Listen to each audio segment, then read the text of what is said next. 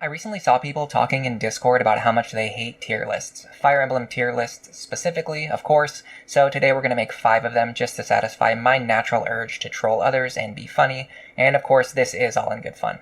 First off, let's start with a bit of controversy. So let's go with a subjective question that I know everyone has an opinion on. Number 1, which Fire Emblem games are best to recommend to newcomers? I'm going to start right away with Fire Emblem 1 and Fire Emblem 3. These are extremely dated games. If somebody has been playing video games for 20 years, I still wouldn't recommend them these games because they're so outdated that they still wouldn't be able to enjoy these games. There are people who do love these games and would love these games and will love these games, but if I'm going to recommend it as like a general recommend to somebody as like their first Fire Emblem game to play, this is probably not the place to start. Shadow Dragon, on the other hand, I think rates, I'm going to say above average. It doesn't have all of the qualities that people love about Fire Emblem. It doesn't have like a great story, great supports, any of that stuff. Don't get me wrong. However, it has an underrated quality, which is that it's very simple and it's very easy to understand. And I think that's a little bit underrated if we're tiering by this metric. The reason I say that is because there's people who have never played strategy games before. There's people who have never played any video games before, and I think they would be able to understand what's going on in Shadow Dragon maybe a little bit easier than something like Awakening, even though I think Awakening is a better game. Next, we have Fire Emblem 2. It's basically got the same problem as 1 and 3. It's a very outdated game. In fact, I would rate it even below them because it's a very weird, very wonky game. Plus, also, most people aren't going to know how to play this game. Like, there's no possible... If you're talking to Westerners, there's not even any way for them to play this game, so how could you possibly recommend it to them? On the other hand, Shadows of Valentia, I probably put this in the same tier as Shadow Dragon, but I do think it's a little bit lower. You get a little bit of a trade-off. I think Shadows of Valentia could definitely appeal to people who are looking for like characters and story. However, the mechanics are going to be a little bit more complicated, and if you recommend this to somebody who's never played a video game before or never played a strategy game before, they might be wondering, like, what am I supposed to do with my units? Like, what classes do I put them in? And they have to go to Reddit or they have to Google, like, to try and find out what to even do with their characters. And that's not very beginner-friendly, even though the game would still be an enjoyable experience for many people, especially people who already have played strategy games. New Mystery of the Emblem, I wrote on my list as, like, the next one. This, again, very similar to Shadow Dragon. I probably just kind of put them in the same tier. I basically grouped them together. It's the same as like the FE1, FE3 problem. New Mystery is a much harder game. Also, it's less accessible, so let's move that down, just for the fact that people are not going to be able to find or play this game unless they already know what they're doing. FE4, Genealogy. The FE4 and FE5 lovers are going to hate me for this one, but I wouldn't really strongly recommend this to anybody unless it was like a very specific type of person. You could recommend these games to people who already love like 30-year-old strategy games, 40, I don't know, are these games 50 years old, 60-year-old strategy games? But other than that, like, you can't recommend this to somebody who like has never played Fire Emblem before and it has never played a strategy game before. They're probably not gonna enjoy it. Next, we're going to look at the GBA games really quickly. 6, 7, and 8. Once again, 6 loses points for availability, but I think it's the type of game that people could pick up and enjoy and play. 7 and 8 definitely go a little bit above that because they're much easier to access. They're much easier to play. I think they're even like re-released now on the most modern consoles. These are kind of like Shadow Dragon in the sense that anybody could pick up, play, and enjoy them and figure out the mechanics very quickly. 7 especially, actually I'm going to switch their placements again. 7 especially has like a tutorial at the beginning of the game for new players, and on top of that, it also contains all of the things that people love about Fire Emblem, the story, the characters, things like that will really drag them into the franchise. Next, we're going to talk about the Tellius games, Path of Radiance and Radiant Dawn. So this is Path of Radiance is one of those games that often gets brought up in these kinds of discussions as being like the peak core Fire Emblem experience. Like, if you boil down Fire Emblem to its most basic elements, this game does the best at conveying to like new players like what is great about this franchise while not completely overwhelming them. The mechanics and the strategy can be a little bit more complicated than some of the more basic games, However, they're presented in a way that almost feels more like a standard RPG, that like anybody who's played any kind of RPG before could pick up and learn to play this, and then also just like the experience of enjoying it and loving it. However, this game is very difficult to find, very difficult to play now, so I might move it down for that reason. I might move it back up later. The problem with Radiant Dawn is that you kind of have to play, you should play Path of Radiance first, so it kind of just like by default gets moved to the bottom of the list because you're not going to recommend somebody to play Radiant Dawn as their first Fire Emblem game. You're going to recommend them Path of Radiance, obviously. For Fire Emblem Awakening, my bias definitely shows here. I'm going to put it at the top pretty easily. Objectively speaking, you can see that this game did a great job at drawing in a bunch of new players, so very obviously this is a game that new players and casual players would enjoy. I also think even many of like the elite expert type Fire Emblem players would strongly agree that Awakening is a game that appeals and appealed more to casuals and appeals to new players, brings in a lot of new players. It is just that kind of game. It's very good, it has a great story, it has great characters, it has very good game mechanics. Probably you would definitely get into an argument if you said it had the best mechanics in the series, but I think the mechanics are good enough, and they're also simple enough. It's very similar to Path of Radiance in the fact that the mechanics aren't necessarily simple, but they're presented and given to the players in a way that makes them easy to engage. Like, you very clearly, instinctively, intuitively know how to engage with these mechanics. And it also added features that made it easier for new players to get into the games, like the scaling difficulty modes. I think many people don't want to play a video game that makes them feel dumb, like makes them feel like this is too difficult for me and that means I'm not good at games. Like, people don't like that feeling. And Awakening, I think, was the first game in the series that actually went out of its way to make it so that no matter what your skill level is, you can play Awakening and you can feel like it's challenging you at the appropriate level. All the way down from easy on casual mode, all the way up to like Lunatic Plus classic mode. Like, you have the option to do it however you would like to do. Fates, I guess I'll rate them separately just because the game has separated them. Birthright is a little bit easier, and the story is a little bit easier to stomach. So I think it's probably the best of the three for newcomers. The question is, where exactly do I rate them? I'm kind of weighing like the super complicated mechanics against like the quality of the games, because I think the games are good, but the mechanics are very complicated. So I'm actually just going to kind of rate them on like an average level. Conquest goes a little bit lower because you have to already be good at Fire Emblem to really get, I think, like most people would say, play Birthright first, play Conquest second. But however, I would still recommend either of them to somebody as a first-time player. Revelations has the same problem as Radiant Dawn. You're not gonna say like go play Revelations when you haven't played Conquest or Birthright yet. It does not make any sense. Three Houses is a little bit tricky. Obviously, it has the objective quality that Awakening has, in that it has drawn in so many new players to the franchise. You can't argue that this, you can't make the argument like I wouldn't recommend this to a new player, because obviously it brought in like a mountain of more new players than ever before. So on the other hand, if somebody plays and enjoys Three Houses and then goes to a different Fire Emblem game, they might not enjoy it as much because it's going to be missing the unique and special things that Three Houses has. Like, many of the other games don't have the same level of depth to the world, the immersion of the world and the interaction that you're going to have with the characters. So that on its own is a problem. Not only that, but I do think the mechanics in Three Houses are very overwhelming. However, it allows players to kind of enjoy the game without having to engage with all of the mechanics. So it's kind of a mixed bag there.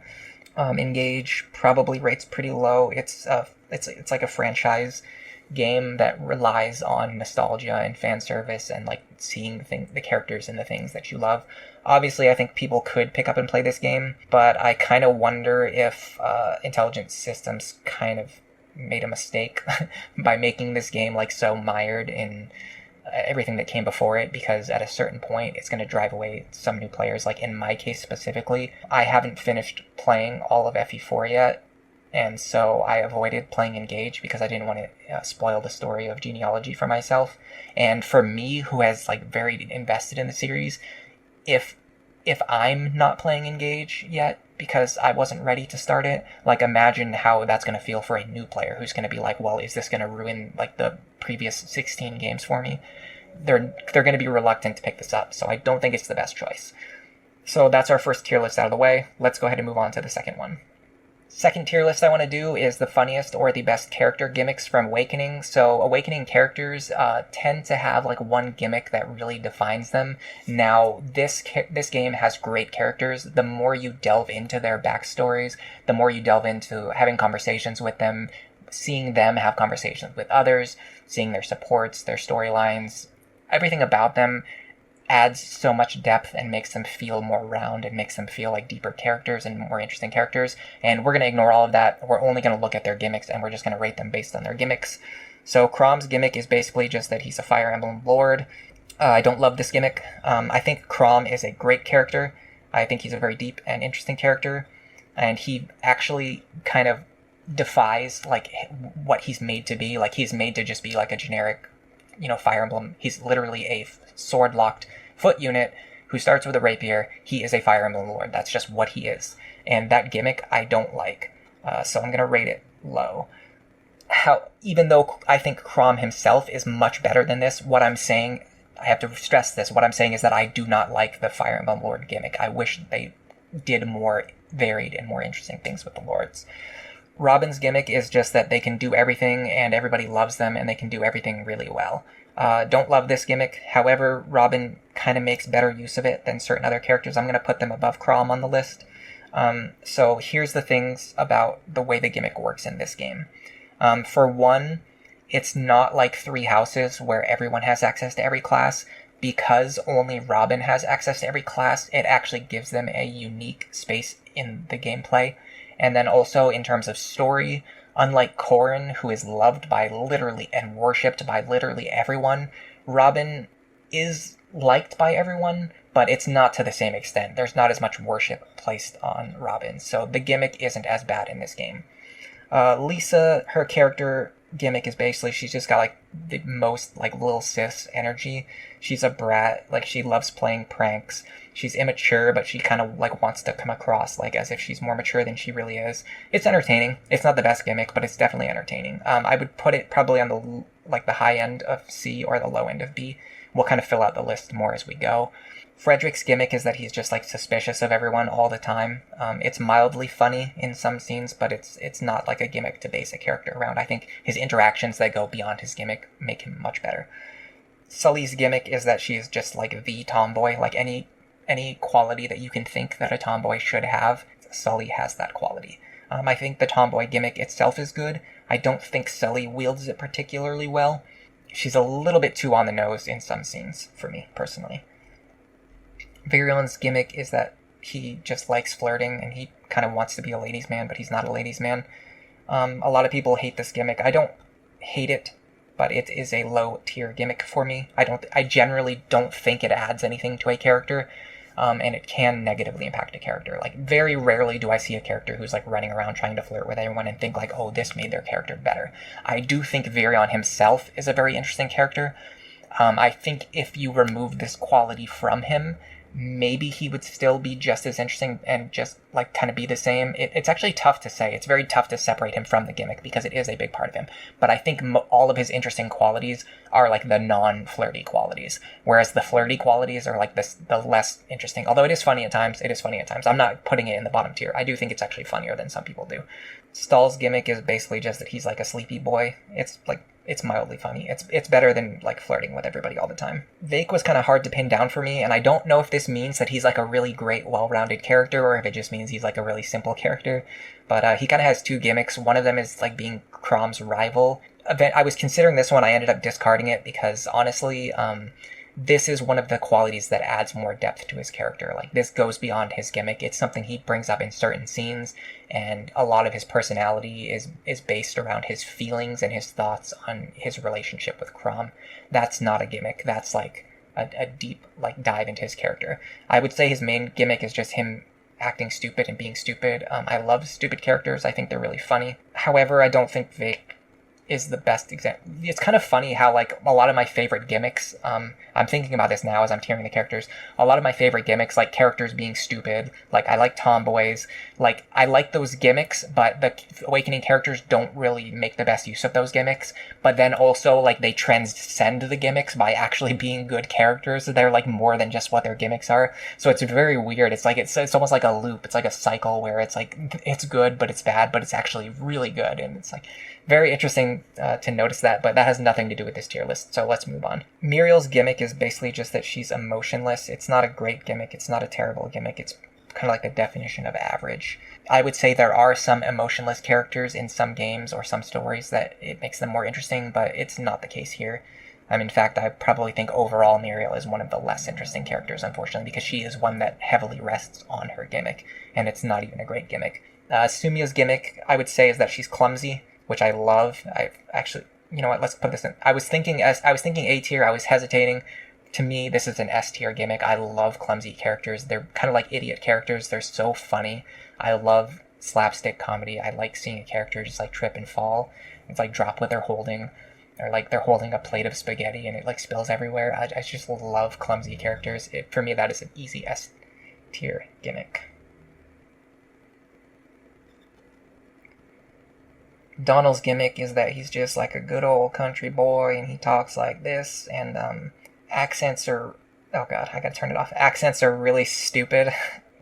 I hate them, especially, they're not as terrible in like acting and movies and voice acting in games, but in terms of, in fact, let's move this down. Is it worse than being a flirt? Honestly, it's worse than being a flirt, and I'm going to explain to you now why I think so. Accents in text are just awful. They just make it harder to understand what the character is saying, and they make it harder to actually, like, it makes it slower to read the text, which is like a very bad quality to have in terms of like designing anything that's supposed to be read. Why would you make it slower and more difficult for people to read your text? It's just a bad decision all around. He's not the worst accent haver, but the accent gimmick is one that I hate. Lanku is just like terrified of all women, which is hilarious. I love that gimmick. Probably not quite S tier, and we'll see. We might move him up later. He might be the bottom of S tier, but I love his gimmick. I love characters who are afraid of women. It's really funny. Ricken's gimmick, very similar to Lisa. It's like the male version of Lisa. He's got little bro energy. He thinks he's a grown up, but he's like not a grown up. It's worse than Tomboys. Is it worse? Yeah, it's not as funny as being stupid. It's funny. It's not as funny as like being stupid. Being stupid is funny. Maribel is quite elegant, if I must say so. Her gimmick is probably more appealing in some ways than Lanku's gimmick, but it's definitely not as funny. And I like funny things more, typically. I tend to prefer funny things. Gaius, his gimmick is just that he likes candy, which, actually, I kind of love this gimmick. As a narrative gimmick, it's not the best. It's definitely not like the top of the S tier, but as a visual gimmick, it's really cool. I love characters who just like always like have candy with them. It just looks cool. It just makes them look cooler. It's just one of those things. Like it's extremely subjective, but for me, like seeing characters who just like always have candy all the time, I just think they're really cool. Pan's gimmick is just that she's a furry. If you like furries, obviously she's gonna be at the top. Although I don't even think she's like a well-designed furry. For me, I don't really love furries, but I also don't hate furries. So, let's see. Do I like them more than Effie Lords? Kind of, yeah. Like, if you consider, like, Kimono Mimi stuff, I'd probably actually rate her higher than I was originally going to when I was thinking about this list. So, let's see. Do I like her more than emotionless characters? Yes. Suspicious characters? Yes. Lil Bros? Yes. Stupid characters? No. I like stupid characters more than I like cat girls. And Cordelia's gimmick is actually that she's a perfectionist. It's not the fact that she likes Crom. Similar to Vake, her relationship with Crom is something that comes up from time to time, and it actually adds depth to her character. Like, her relationship and her feelings towards Crom are something that give more depth to her character. Her gimmick is just the fact that she's a perfectionist, and actually they explore her gimmick in more depth too, which is another thing that adds more depth to her character. However, is this a gimmick that I like? Not particularly, no. It's a pretty average gimmick, I would say. Gregor, another accents are funny, not at all character. In fact, I put him at the bottom because his accent is so much worse than Donald's. Like, his text is atrocious to read. Noe. Oh boy, here we go. Can I just not? Do I have to? I like Noe as a character. I do. I think she is so funny. I think she's really funny in the game she's funny, and like outside of the game she's also funny, because people get so worked up over, like, if you talk about Noe, like, people get so angry, and that's funny to me. Like, it's so funny to me that people would get angry about it, like an anime character existing. But I don't like, I like her in spite of her gimmick. I don't like the her gimmick. How much do I dislike or dislike it? It's definitely in the dislike tier. How much do I like or dislike it?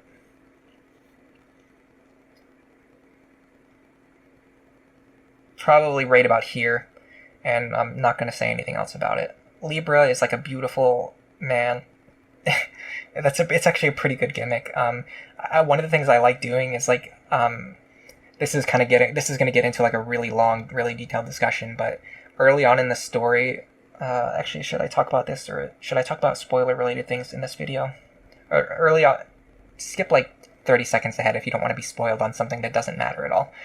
Early on in the story, there's the scene where Lisa like gets a crush on Marth when he first appears, and then of course later on it's revealed that Marth is actually like a female character in disguise. I always kind of like end up wanting to pair her with Libra, because that makes me feel like she's attracted to like really effeminate characters, like really effeminate men, or like women who are like dressed up as boys. Overall, I just like this gimmick. I think it's really good. I think since the very first time I ever really played a Fire Emblem game in depth, they had one of these types of characters, and I always like them. I think they're well designed. I think they're good. I think they're interesting and fun to have around. Saria, love her character personally. The more you delve into her character, I think the easier it is to dislike her. I think some of the people who really like Saria like haven't really delved into her character. They just like her design, and they just like the idea of Yandere, which I also do as well. In fact, let's just get this out of the way. More than Candy. Yes, more than Candy. More than clumsy characters? No, clumsy characters are funnier. Yandere characters to me are really funny. This one kind of splits down the middle.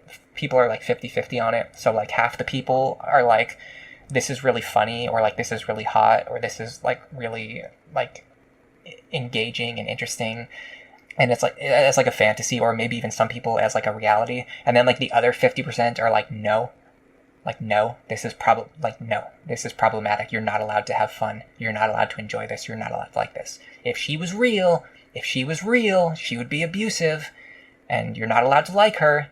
That's like the other 50%. For me, I like the gimmick itself. I like the Yandere gimmick. I think it's funny. I think it's entertaining as a fantasy. And if we're talking about a realistic relationship, obviously there's a limit. However, if you told me to choose between, obviously this is an example, and it's going to be extremes to demonstrate my point. But if you told me to choose between a partner who acts like they don't care about me, and a partner who is overly attached, who gets jealous, and who is clingy, I would choose the overly attached partner. And maybe that influences my opinion. I'm not sure if it does or not. I think I just like the gimmick. I just think she's a funny anime character. Anna's character gimmick is that she's like a Nurse Joy type. Her being a merchant isn't really her gimmick, because she's not even really a merchant in every scene. Her gimmick is actually the fact that there's like 100 different Annas, and they all have the same name. They all look exactly the same. I don't know if this is going to be controversial or not, but I absolutely hate this gimmick. I think what makes me hate it even more is how it bleeds over into other games. Like the fact that they continue to bring Anna back and have her keep doing the same exact thing in more games. I just don't like it. I just wish they would just stop. Olivia's gimmick, I guess, is that she likes dancing. Sure. It's a really boring one. It's about as boring as like being sleepy. Actually, being sleepy is kind of funny. Let me move this boy up. Let me move this sleepy boy up. Yes. Stall lovers unite. I don't know why it took me like 10 minutes to realize that sleepy boys are really funny. Church or Church, I don't know how to pronounce her name. She loves her wyvern. That's basically it. I actually forgot what her gimmick was. I had to go look it up before I made this list. She was the only character on this list where I had to go back and then figure out what her gimmick is, because she is a very forgettable character unless you go out of your way to make sense of her. Just because she joined so late, I think, is a big part of it. and because her gimmick is so boring, which brings me to the next point, is that her gimmick is very boring. Yeah, right about here is fine. The characters who just, like, really love their mount, like, I really love my Pegasus, I really love my Wyvern, I don't know, it's just not for me. Henry just has, like, a really bad sense of humor, and he tells really stupid jokes all the time. I wish I found him funnier. I don't actually find him to be very funny. However, we're not solely restricting this to Henry here. I think he's one of those types like Muriel who wields the gimmick badly, or Sully who, like, wields the gimmick badly. But the gimmick itself is actually pretty good, like characters who are, like, telling jokes all the time. However, for me, I prefer characters who don't know that they're funny. Like, obviously, we've got the queen of this tier list, Sumia in S tier, and, like, her gimmick is, like, what's so funny about it to me is that when she trips and falls, like, she's not trying to be funny. It's like she's trying to be serious, but her presence in the story is humorous because of how the world and the other characters interact with her. For me, when a character tries to tell a joke, it's usually not as funny as they think it is, whereas, like, slapstick comedy or a character just, like, being funny unintentionally is way funnier to me. That's kind of what I'm getting at. Number 3, we're going to talk about the best hairstyles in Fire Emblem Engage, the game where everyone apparently looks like a VTuber. I haven't played it yet, so I'm just going to look at all... My friend sent me pictures of all the characters. I'm going to look at them one at a time, and then I'm going to come back to the tier list. I'm going to try to find that character. I'm going to move them into the appropriate place. We're starting with Alchrist. He's a very morose-looking young man. His hair kind of looks a little bit flat, a little bit wet. I guess he looks okay. It's probably average, just like an average hairstyle. Next, we've got Alfred. He's a little bit, he's got a little bit of a middle part, pretty basic hairstyle. Well, actually, you know what? I actually like the flowers in his hair. And for a second, I thought he had green eyebrows, but now I realize that's like an accessory. I'm not going to count well, no, hold on. That's part of the hairband. Okay, I'm going to count the hairband as part of the hair. So he's got a little bit more fashion than you would typically expect, and I'm here for it. Next, we've got a character named Amber, and I don't really like longer, messier hair on guys, so I'm just going to put him right here in the D tier. Next up, we got a guy named, oh my god, Bosharan. By the way, we should also what I should have done was make a tier list of, like, how badly I cannot pronounce the names of the characters in this game.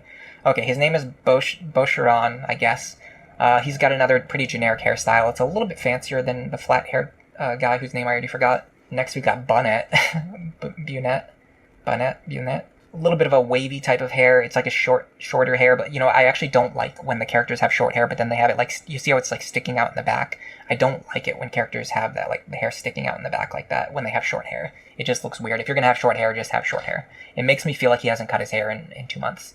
Next, we've got Celine, and she's looking fabulous. She's got a crown, she's got some nice accessories, she's got nice long hair, it's got a lot of volume. It's not my favorite type of hairstyle, but it definitely looks good. Her bangs look okay. They're a little on the generic side. Unfortunately, let's just get this out of the way now.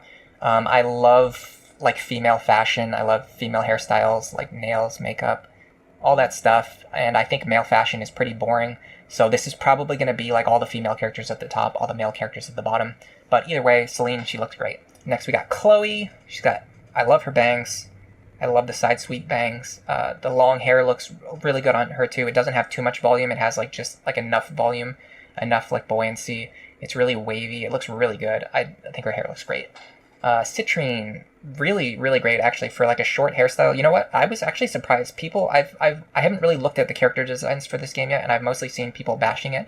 So far, like, these character designs range from just, like, looking pretty good to looking, like, actually great. Her hair is, like, for short hair, like, this looks great, and I actually kind of like short hair more than really long hair.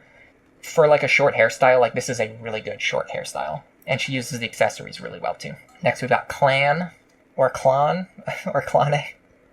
I'm going to stop. I'm just going to say them how I think they're pronounced, and everyone can run to the comment section to make fun of me about it.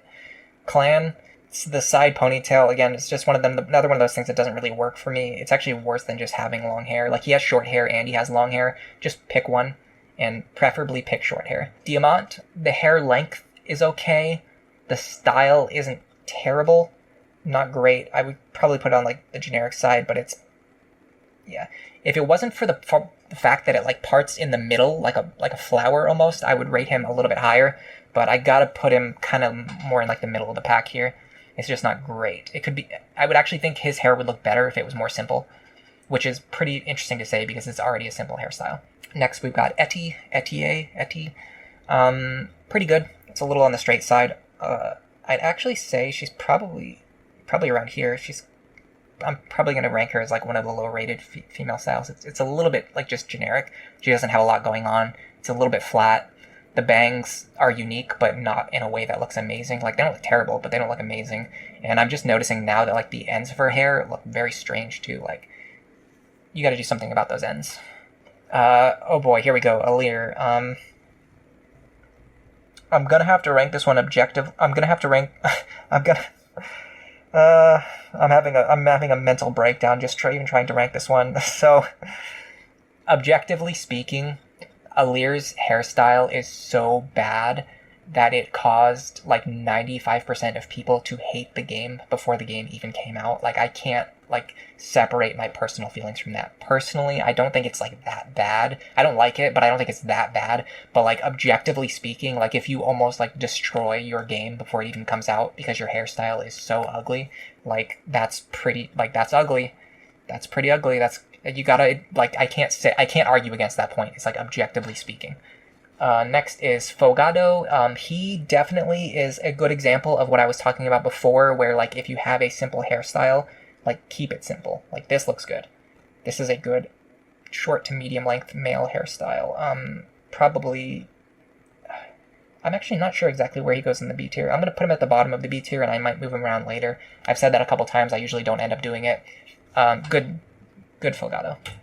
Goldmary's hair looks good, but is a little bit basic, if that makes sense. Like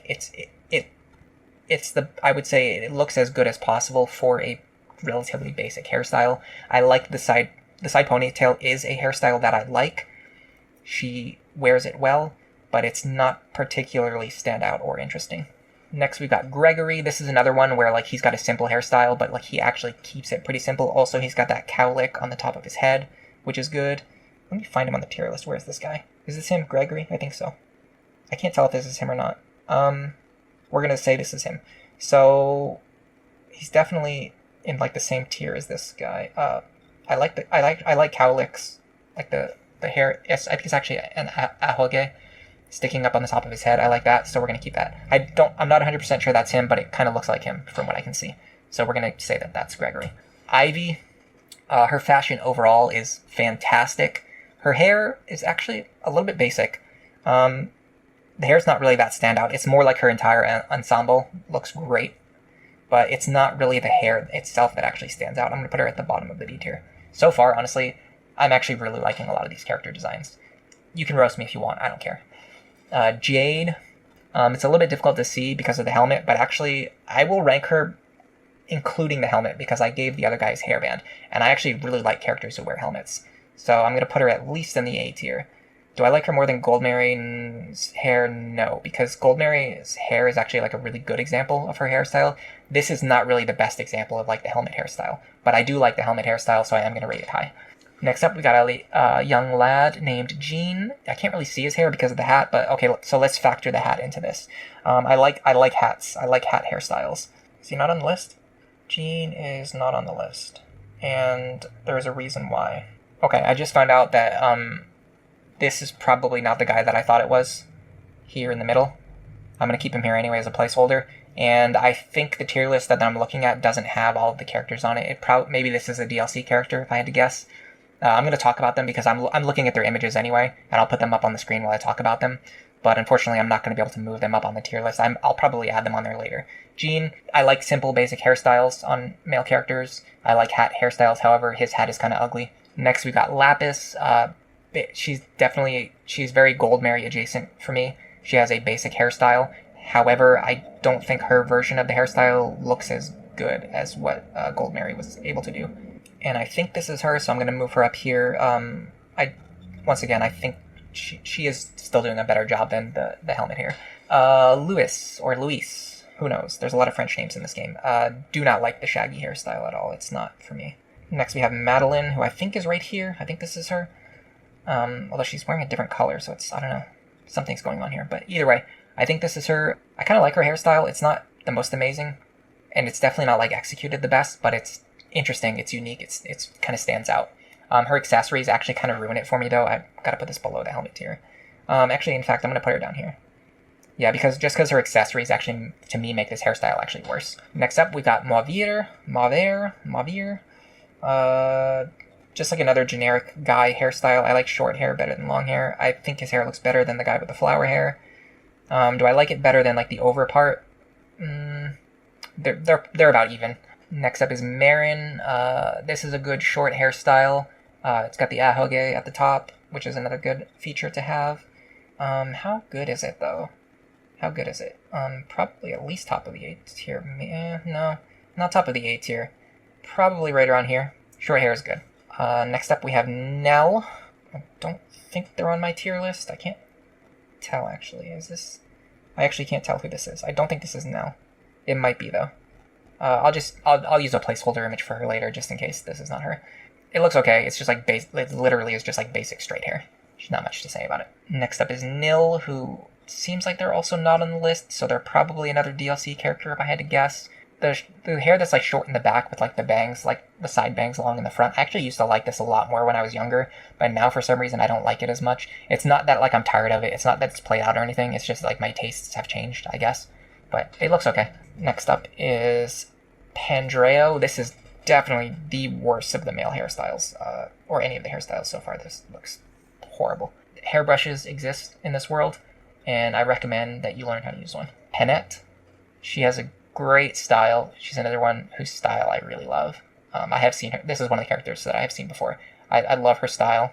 Her hair is like okay. I don't love her bangs, but I don't hate them. But I also like kind of like them. It's kind of weird. I actually kind of have it. Like I think her bangs look ugly, but I also kind of have a thing for ugly bangs. Like I actually like ugly looking bangs, which is weird because ugly is typically a negative word.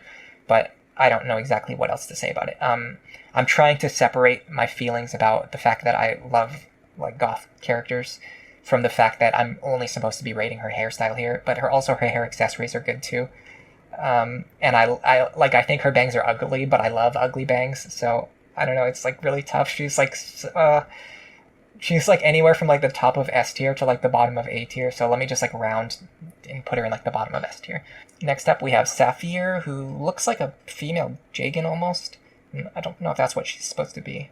I don't see her on the list at a glance, so I'm gonna assume that she's not here. Maybe a DLC character again. This is like the worst version of like the short hair with like the long side bangs. The long side bangs with like the part. I don't like when like long side bangs are okay, but I don't really like characters who like part their hair into long side bangs. And then on top of that, I also don't like the ponytail behind the long side bangs. I prefer if it's just like short hair. So overall, not a great one for me. Next up, we have Seadoll, and yes, this is Seadoll here. So this is Seadoll. I don't like long hair on male characters typically, but I think it looks pretty good on him though. Honestly, his hair is actually kind of fabulous. He falls into like what we talked about with like the character Gimmicks, where he's like a more feminine male character. And how fabulous is his hair though? Does he beat any of like these characters? I don't think he beats these two, but I think he rates pretty highly. Tamara, I can see why some people would this is like one of the designs that people would definitely make fun of. I can definitely see that. I like side ponytails though.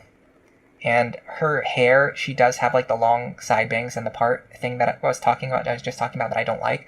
But her hair doesn't really feel like it's doing that. It kind of just feels like her hair is framing her face. So it's actually styled very well for what it is, but it's not one of my favorite hairstyles. So I think I'm going to put her...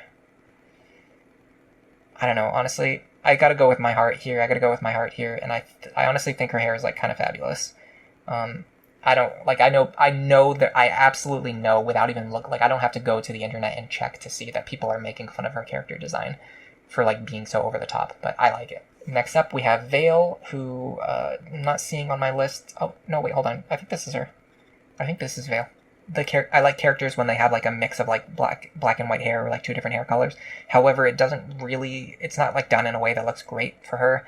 And she has long hair, but like in a way that like is not like the kind of long hair that I like. So I'm actually going to rate her pretty low. I'm actually going to put her on the top of the C tier, perhaps. She's definitely better than the other characters.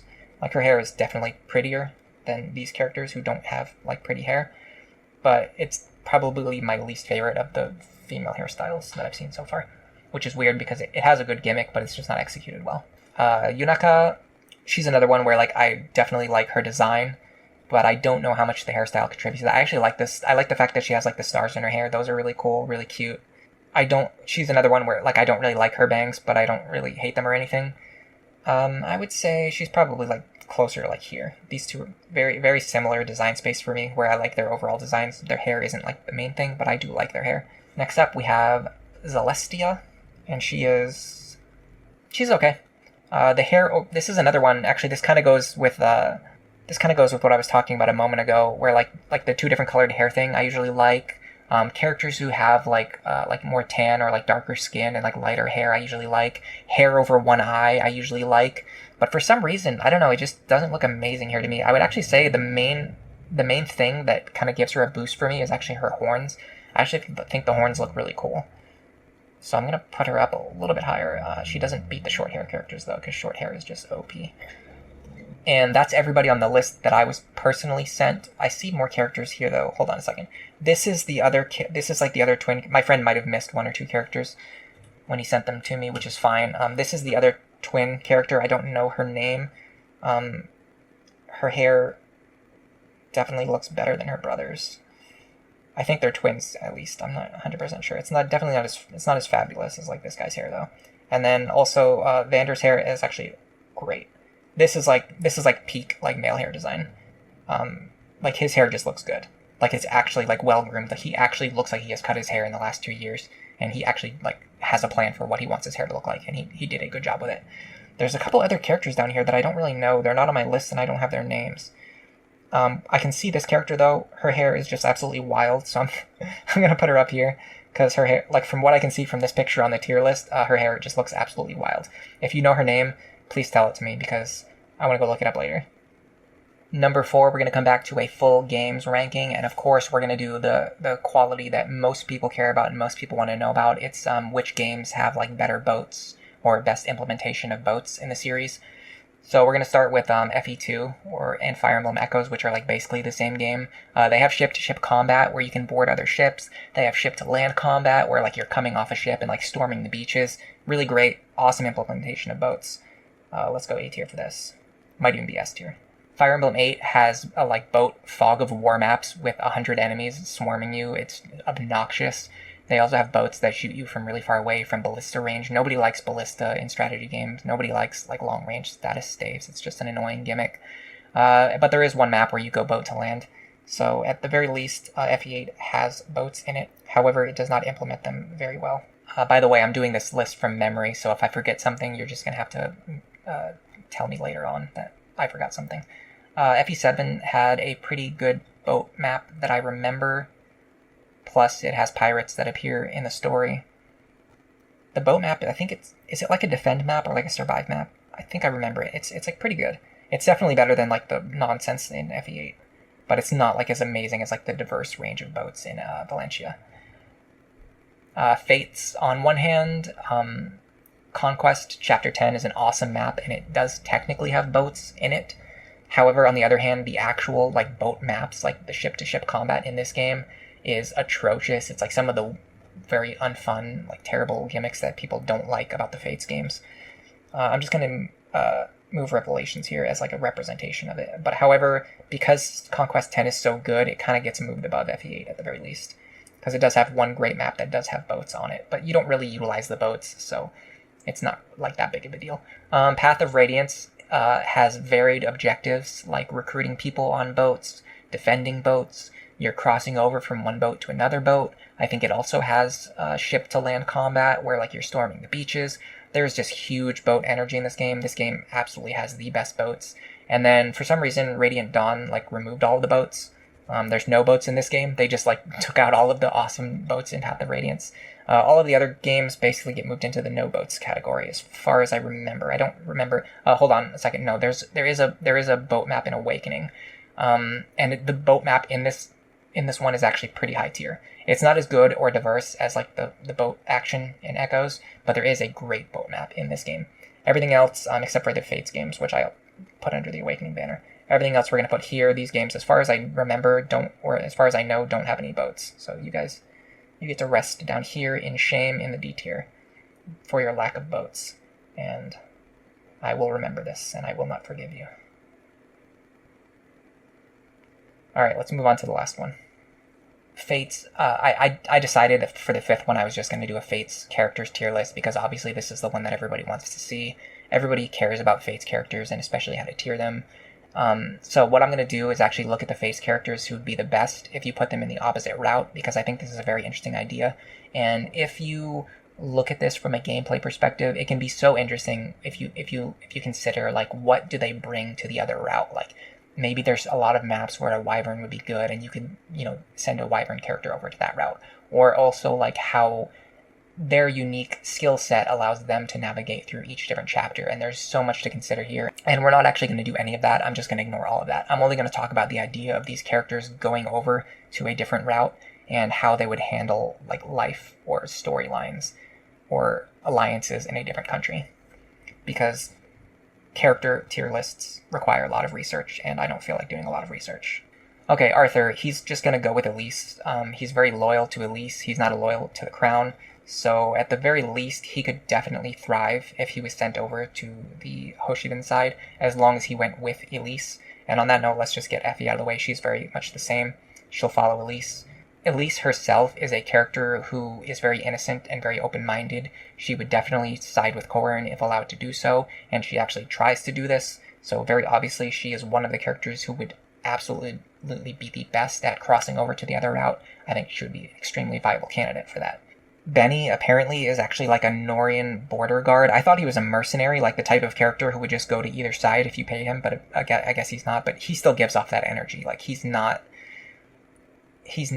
doesn't come across to me like a Norian loyalist, but maybe if I delve deeper into support conversations, I would find that to be the case.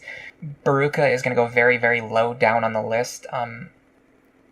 I considered putting her down on the D tier, but she is very loyal to Camilla. So if Camilla was going to switch sides, I think Baruka would go with her. I do think she's more attached to Nor than Selena would be, but that's also not a surprise. You see this same dynamic with, like, Odin and Niles. You see the same dynamic with Selena and Baruka.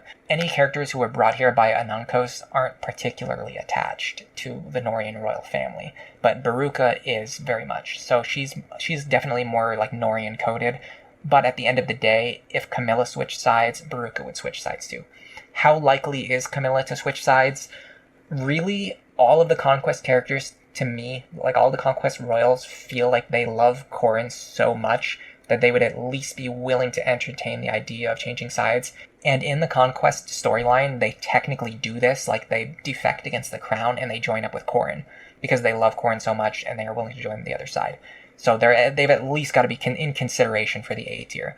It's really funny, though, because in the Birthright story, they're just, like, adamantly refusing to come to Corrin's side no matter what, but every other route makes it seem like they would do it, but it's only in Birthright where they just completely refuse to do it. It's very strange. Charlotte is pretty similar to Benny, where she kind of feels like a mercenary to me.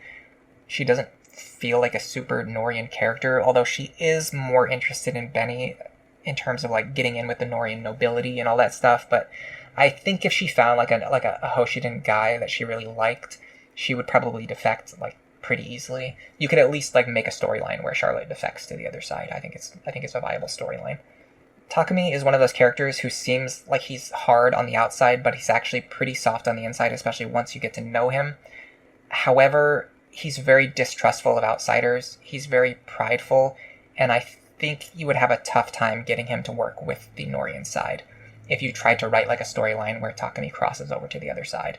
It's possible. It's not impossible, but I think it would be a little bit difficult. Now, Leo, I think, is very similar to Takumi. Obviously, no surprises there. They're made as parallel characters. He's very soft on the inside while trying to appear hard on the outside. However, he breaks the rules a lot more than Takumi does. He's not as prideful, and he feels like he's more open to the idea of making alliances. It's only in the Birthright storyline where they make him seem like he's not. But again, he's like right up there with Camilla. He doesn't love Corrin as much as Camilla does, obviously. Camilla loves Corrin to, like, a creepy, possessive degree, but he very much feels like he would absolutely be open to making some kind of alliance with the Hoshiden side, depending on, like, how the story plays out. And we see this in 2 out of 3 routes.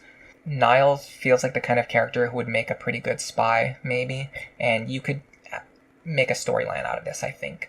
The thing about Niles is like, you could, I don't know if he would be great at blending in. You'd have to send him to the right place. Like some places he wouldn't be able to blend in, and his personality, he's kind of bad at like holding back and behaving. But if you sent him to the right place, I think Niles, you could send him over there as like a spy. You could do a storyline where you send him over there to Hoshido as a spy, and then he gradually gets more attached to Korin, and then legitimately joins up with the Hoshiden side. I think that's a valid storyline for Niles. Overall, many of the Hoshiden characters are the ones to me that feel more stubborn, and a lot of the neutral characters also feel very Hoshido coded. It feels to me like the designers and the developers who made Fates were very invested in the Hoshido setting and how it's based in like historical Japanese flavor. And this definitely comes across in like how the characters are like, the Hoshiden characters are very attached to Hoshido, and the neutral characters are very attached to Hoshido. And the Norin characters all feel like they'd be willing to go along with the Hoshiden side. So let's kind of start talking about the more general characters now. Kaze and Silas are like a really good example of this, so let's kind of talk about each of them. Kaze, despite being on a shared route, I actually think he doesn't really go over to the Norin side all that well. Probably worse than Baruka, because he actually takes a little bit of convincing. Like, Baruka would go with Camilla no matter what. Kaze kind of feels like because he's supposed to be Korin's retainer, they had to come up with a reason, like for gameplay reasons, for him to be available on all three routes. But from a story perspective, it actually doesn't really feel like you could justify him joining the Norin side very easily. And they kind of have to jump through hoops to make him do it. Whereas Silas is a little bit better than Kaze, but actually he's kind of stupid too, now that I think about it. He's like, how do I put the thing with Silas? So him joining the Hoshiden side does make a little bit more sense, and there are better ways to write it, but the way it actually happens in Birthright isn't actually done particularly well. He just like one day just like throws his hands up and decides like, I'm going to abandon my job, I'm going to abandon my family, I'm going to abandon my homeland, my career, my responsibilities, because this guy or girl that I was friends with 15 years ago wants me to join their side. And also, Korin doesn't even remember that you exist. Like, back off, dude. I'm just saying it makes the idea of him joining the Hoshiden side make less sense to me personally. It puts him lower on this tier list.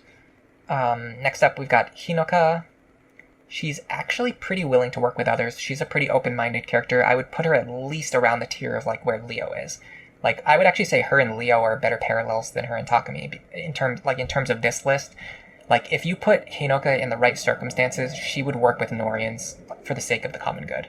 I could absolutely see her doing that. She kind of suffers from the same thing as the other royal characters, where it's only in Conquest that they make her unreasonably stubborn, make her just absolutely refuse to join your army, just because they don't want her to be available as a unit. I think Orochi is such a laid-back character and such like a prankster. Like, she could absolutely bring her troll energy to any country or any storyline and be reasonably okay. Like, you could definitely accept her. I could imagine her just showing up and joining the army for fun. Even though she's actually technically Lady Mikoto's retainer, I tend to forget this just because of how much of her characterization is more, for me, based around her just like kind of being a troll. And just like being like a jokester and a prankster. But that's just my read on things. I could be off on that. I'm actually going to put her above Camilla.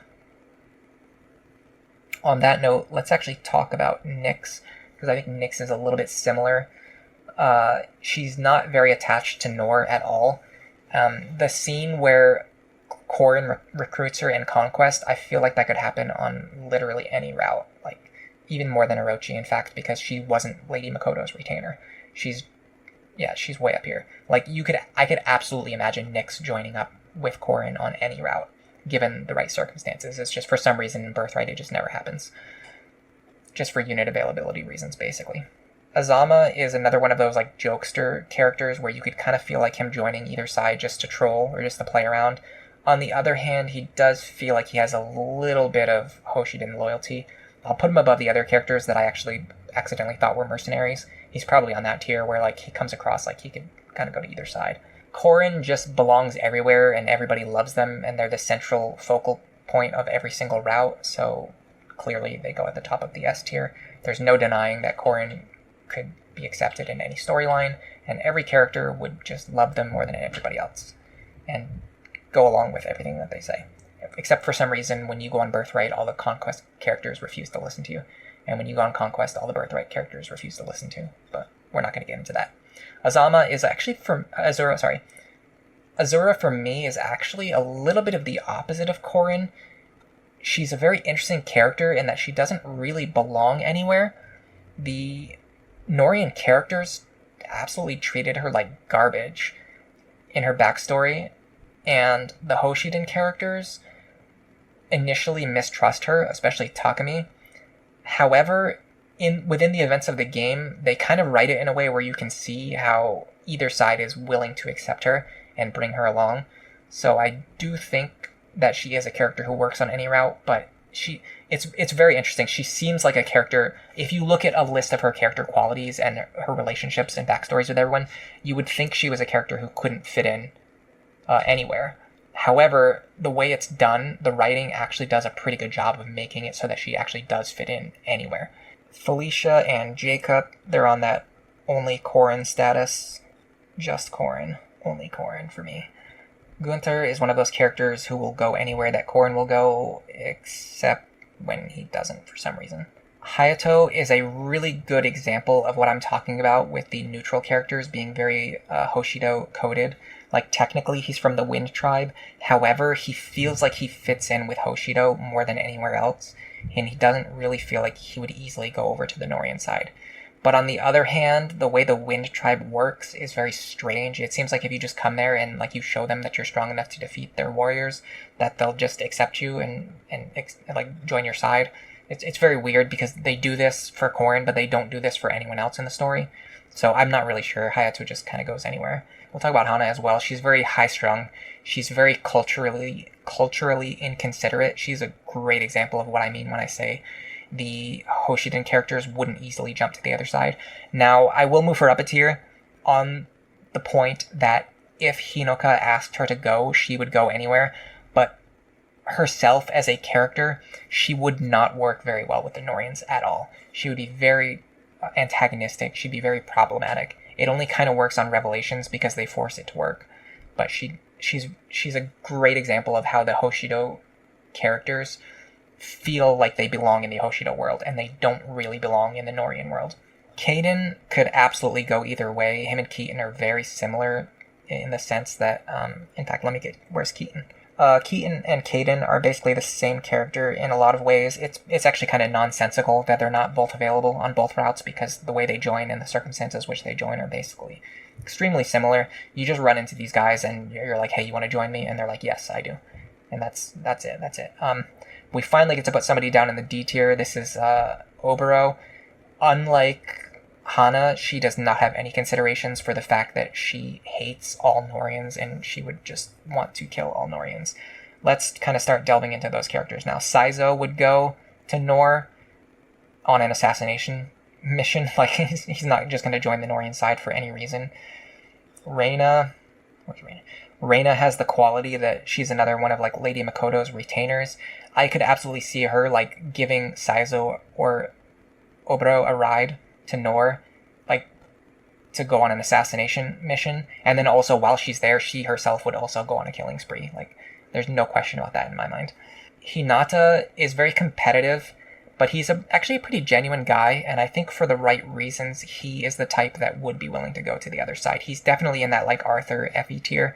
He feels like he would make you could make him a retainer for Elise in a way, like not in the sense that like he would have the backstory being a retainer, but like I could see like him joining Elise's side if Elise made like a good convincing argument for like why he needs to help her out for whatever task he needed to help her out with. Perry is a character who would be willing to follow Xander, however, is completely incapable of existing outside of the framework of the Nohrian nobility. There aren't other places in the world that would accept her. It's actually insane that Nor even accepts her, so I just don't really see Perry working out here. Rinka, for some reason in my notes, I just wrote no.